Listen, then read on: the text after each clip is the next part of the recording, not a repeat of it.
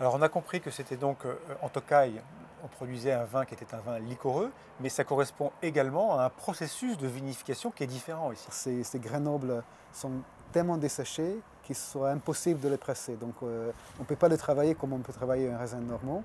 Donc ce qu'on va faire, c'est qu'on va mettre ces grains nobles dans des bacs et on va les stocker pendant quelques semaines, même ça peut être 1 ou 2 mois, en attendant que les autres grains soient ramassés.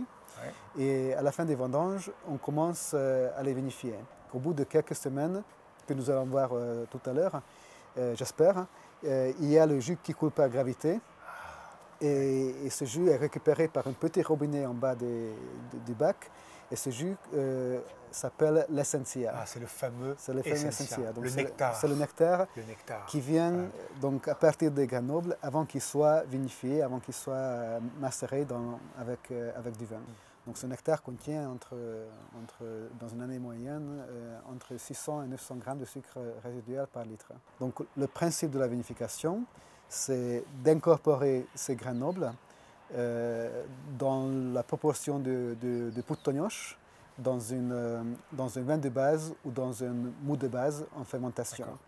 Voilà, donc on les incorpore. Donc traditionnellement, les gens mélangeaient 3, 4, 5 ou 6 hôtes de grains nobles. On incorpore les grains à sous dans le vin. On fait la macération qui dure pas très longtemps, qui dure maximum 2-3 jours. Pendant la macération, le vin extrait les sucres, les acides, la richesse à partir des grains nobles. On le presse et on finit la fermentation. Et après la fermentation, comme nous allons le voir, il y a un élevage en fût dans des caves fraîches de Tokaï. Et cet élevage dure au moins 2 ans en fût. D'accord. C'est très clair. Donc c'est l'ajout de plusieurs bacs d'assou, de ces grains qui sont desséchés, dans des cuves de vin de base qui donnent plusieurs niveaux de concentration. Exactement. C'est ça?